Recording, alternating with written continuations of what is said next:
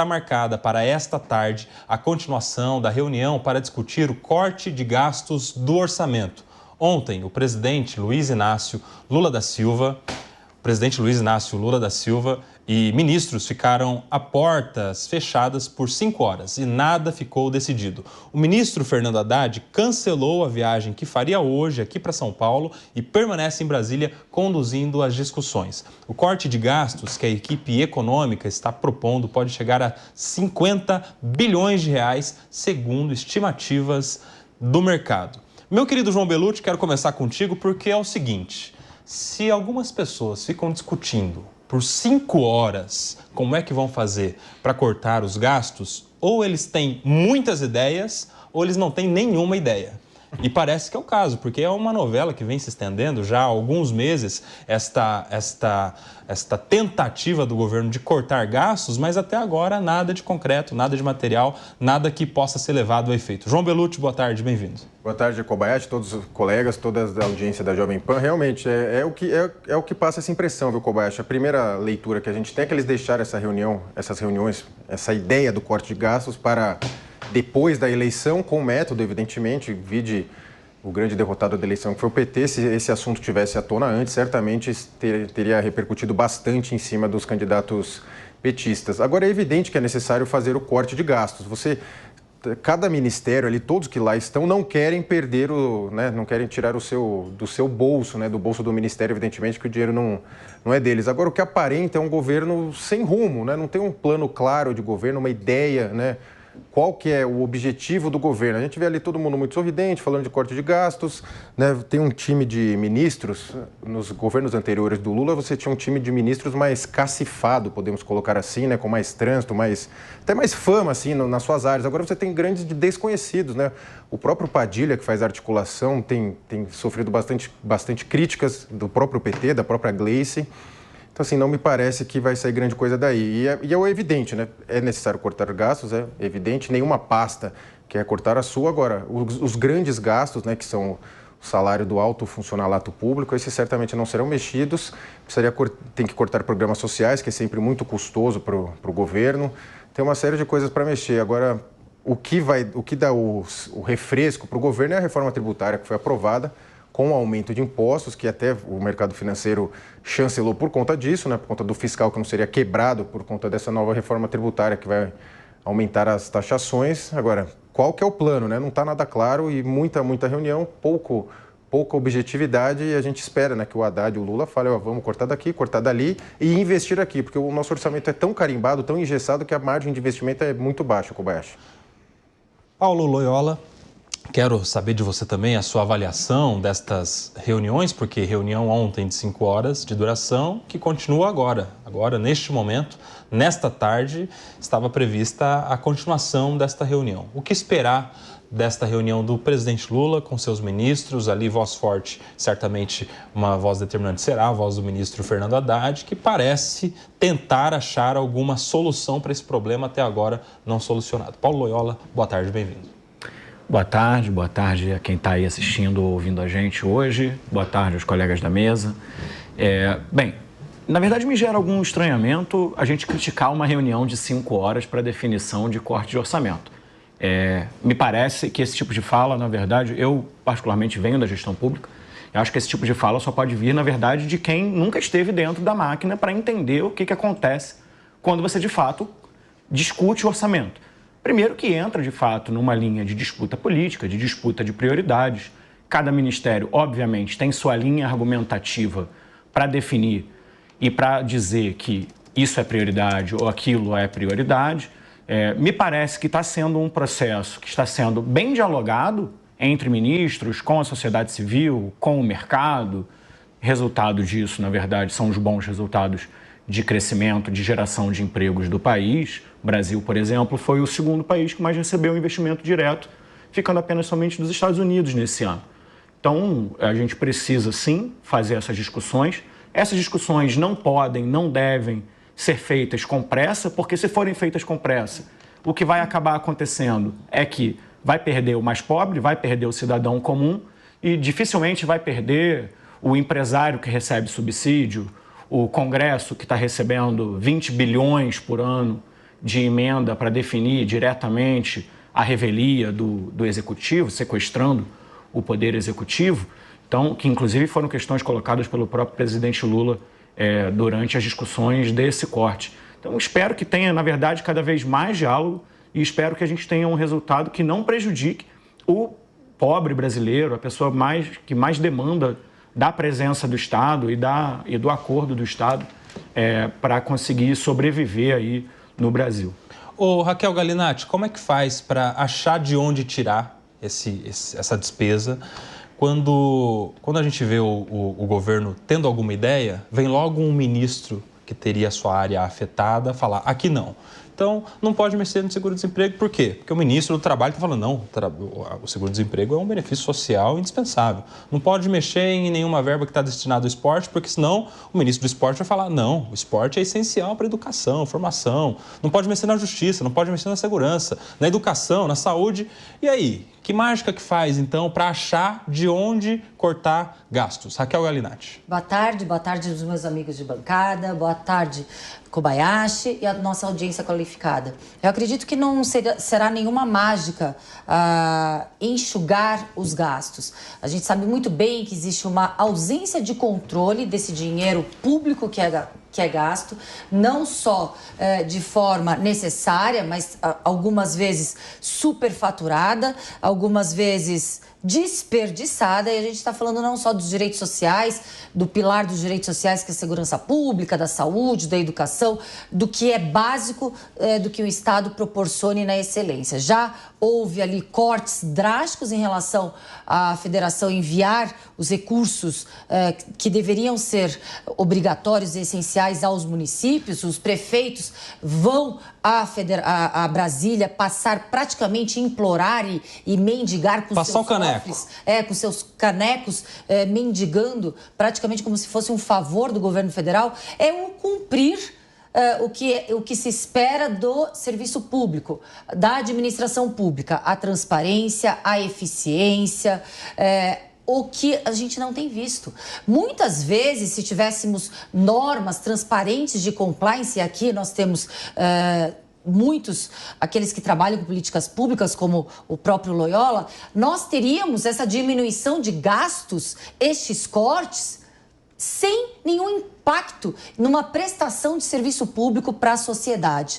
É claro que quem ingressa no serviço público também não ingressa para se tornar uma grande fortuna. O serviço público, além do salário no final do mês, é aquela pessoa que se compromete a estar inserida no serviço público, principalmente por uma doação ao serviço público. Quem quer enriquecer deve escolher outra seara, um mundo privado, não um mundo público para enriquecer. Então, também sou contra os super salários, os salários hiperbólicos que ali praticamente são um tapa em 90% da sociedade brasileira que vive à margem da dignidade da pessoa humana. Agora vamos com ele, o homem da informação, o cara que sabe tudo dos corredores, dos bastidores de Brasília. Bruno Pinheiro, o que você sabe sobre essas constantes reuniões para alcançar o tão esperado corte de gastos do governo? Há uma dificuldade do ministro Fernando Haddad em levar um convencimento para dentro do governo.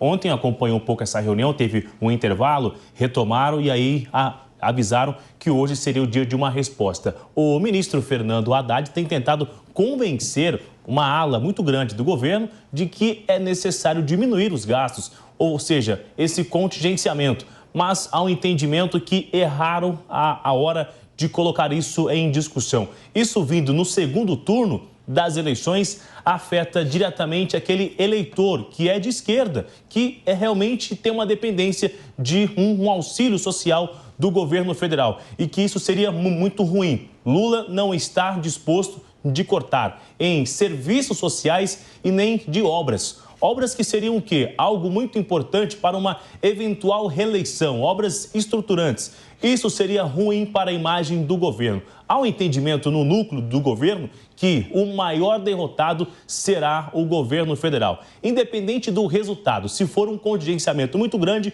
ou não, porque haverá uma cobrança do Congresso, da oposição e do seu eleitorado também. já que na campanha o discurso foi justamente de aumentar recursos, de aumentar essa ajuda e agora haverá um contingenciamento. Há uma expectativa lá no Ministério da Fazenda, auxiliares do ministro Fernando Haddad, que o contingenciamento será muito menor do que o necessário, ou seja, que eles até vão aceitar a ideia do ministro Fernando Haddad, mas não será o suficiente.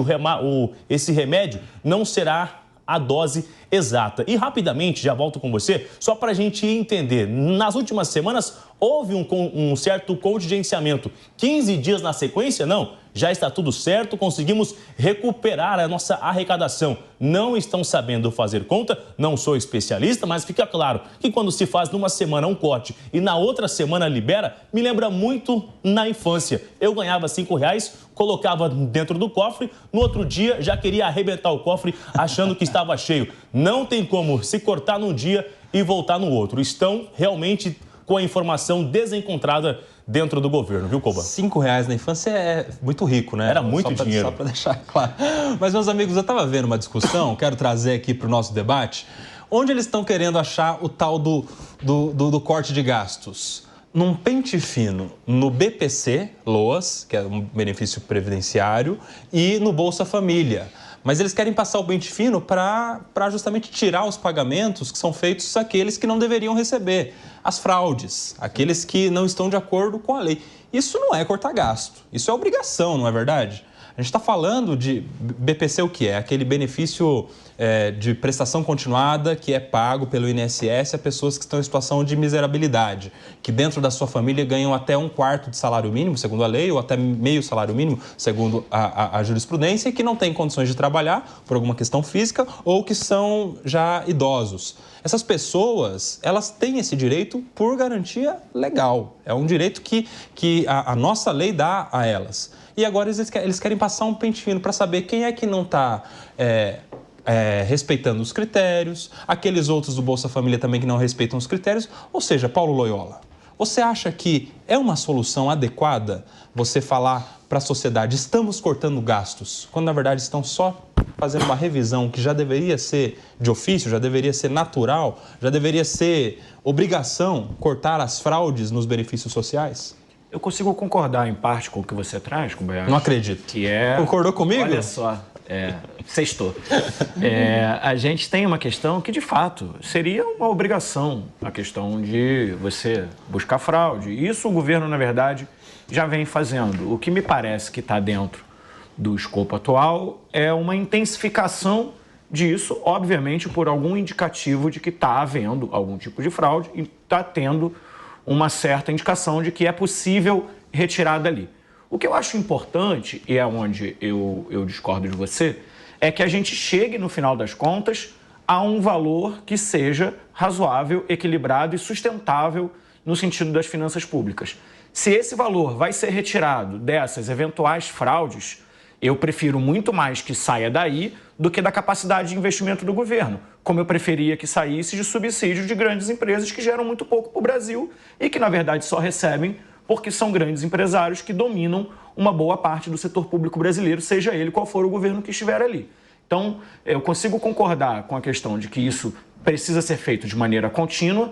Agora, se existe fraude e se essas fraudes são capazes de atingir ali, junto com outras ações, a sustentabilidade das contas públicas, então eu sou absolutamente favorável que se tire daí sim. Se há esse espaço, se há essa questão, que se tire daí. Lembrando que a gente tem aí hoje um membro do governo dizendo que a gente está com uma projeção de um superávit primário de 37 bilhões para outubro, que já melhora o resultado, se aproximando do déficit zero, que era o meta do governo para esse ano, que pode ter ali até 0,5% do PIB para cima, e poderia ter um limite ali de próximo de 30 bilhões.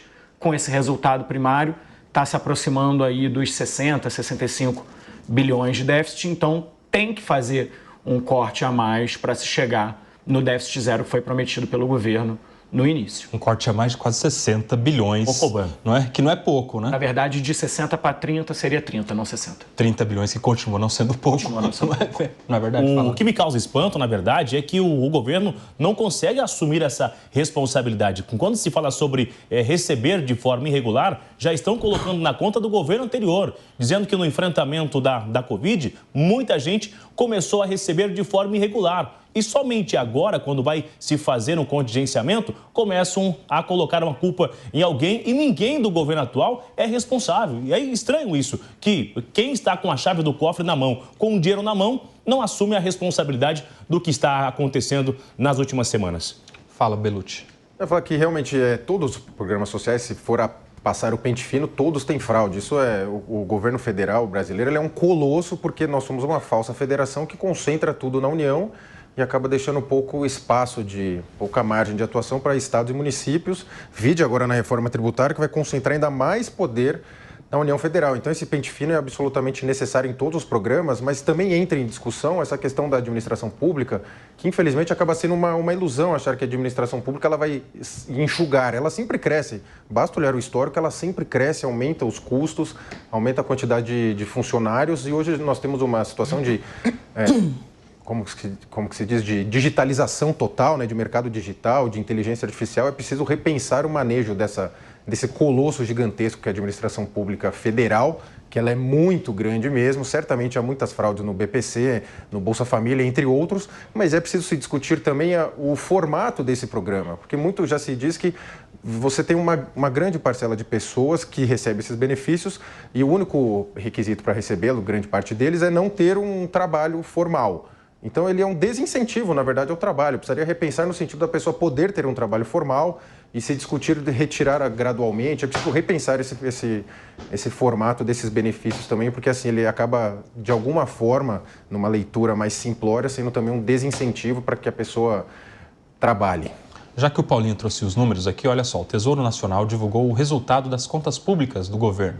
O déficit primário foi de 105,2 bilhões nas contas públicas no acumulado de janeiro a setembro de 2024, uma alta de 11,6% em relação ao mesmo período de 2023. O resultado parcial desse ano foi o pior desde 2020, ano em que teve início a pandemia da Covid-19.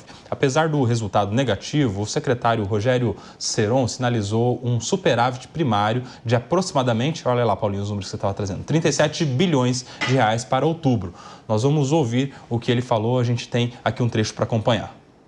Apesar dos 105 bilhões acumulados, o mês de outubro, estou falando preliminarmente, tá? Mas fechou aqui da ordem um pouco abaixo de 40 bilhões positivo. Então, esse resultado fiscal acumulado, se você olhar o mês de outubro já fechado, ele está mais próximo ali por isso que eu comentei até daquele quadro do meio, entre 68 e 70 bilhões de reais acumulado, aí já com os créditos extraordinários. Aí quando você tira os créditos extraordinários, a gente vai ficando cada vez mais próximo do limite da banda. Então nós somos cada vez mais próximos do atingimento do objetivo. Só estou comentando de forma preliminar, tá? Não são números fechados, mas só para entender um pouco dessa dinâmica, porque os 105 bi acumulados, até outubro tem um resultado forte, expressivo, tem alguns ingressos extraordinários e ele gera um resultado bem positivo que derruba isso para um patamar da ordem aí, arredondando em torno de 70 bi. E aí, meu querido Paulinho Loyola, a gente viu esses números aí, é o pior resultado parcial desde 2020. Eles estão projetando o superávit primário de 37 bilhões para compensar esse rombo de 100 bi, mas isso, por enquanto, está no campo do otimismo, né? Na verdade, não está no campo do otimismo. O secretário não teria dito isso sem base na análise de números, como ele disse. Não dá para chamar de otimismo, que é um número preliminar, né? A gente tem que dar o nome das coisas às coisas que elas são. Na verdade, ele tem ali elementos para fazer essa afirmação e, repito, já aproxima isso da meta de 30 bi, ainda que seja necessário, sim, um outro resultado mais positivo ou algum tipo de corte de gasto para o final do ano para se manter a meta do déficit zero promovido pelo governo no início do pleito. Se isso não é otimismo, aquele plano do déficit zero, no final das contas, se tornou um otimismo, né, o João Bellucci? Porque, pelo jeito, não vai chegar. Não vai não parece que vai chegar, não dá a entender que chegará, e você lembra que esse déficit ele foi dito, né, era a meta do Lula, do Haddad, e depois ela não foi alcançada e ficou por isso mesmo. Você veja que nós temos uma estrutura muito gigantesca, né, paquidérmica, que ela é inchada e ela necessita, né, desses cortes de gastos, mas de um refazimento, né, de uma releitura do que é o Estado para nós, né? Como eu disse, o Estado ele não tem, a ideia de diminuí-lo, ela me parece uma quimera, né? Porque sempre o Estado aumenta os gastos, a própria inflação, que aparenta estar sob controle, há uma dicotomia entre a realidade e os números, principalmente para os bens de consumo básico. Agora, e a inflação acaba punindo sempre as pessoas mais pobres, nós teremos aumento de impostos, então, assim, o cenário não me parece o mais favorável. E agora, com o ambiente externo de guerras, de conflitos estourando, não sei qual será o caminho para o Brasil, que tem sinalizado que está ao lado de Rússia, China e em detrimento dos Estados Unidos, apesar das falas, né, de protocolares em relação ao novo presidente dos Estados Unidos. Para fechar, o Bruno Pinheiro. Os números são exatos. E a gente fica acompanhando nas redes sociais ou nos corredores do Congresso que aliados mesmo do governo estão contra o ministro Fernando Haddad. Começaram, viu, Koba, expor isso nas redes sociais. Lula chamou a atenção, disse, não, roupa suja se lava em casa, não vai ficar jogando isso nas redes sociais, um confronto contra o ministro Fernando Haddad, da mesma forma que também atacam diretamente Roberto Campos Neto no Banco Central, quando sobe ali a taxa de juros, olhando justamente os números. Aparentemente estão querendo fazer de tudo, ignorando os números, ignorando as consequências, somente para fazer gesto, para fazer uma campanha, forma de política e não respeitando o que deve ser respeitado, levando a sério os números, como estamos acompanhando em relação a este rombo. E diante disso, quem acaba levando com responsabilidade, que aparentemente até aqui é o interesse do ministro Fernando Haddad, levar a sério, acaba sendo encurralado e o tal fogo amigo acaba sendo direcionado para o ministro da Fazenda. Eu ainda fico com uma importante fala do presidente Lula recente, que no final de tudo, ainda que der muito errado, vai dar muito certo, viu, Koba? Pois é, a gente vai continuar acompanhando esta novela das questões econômicas, do tal corte de gasto, da meta que vai ou não vai ser alcançada do déficit zero, provavelmente não vai ser. Cenas dos próximos capítulos que a gente vai continuar acompanhando.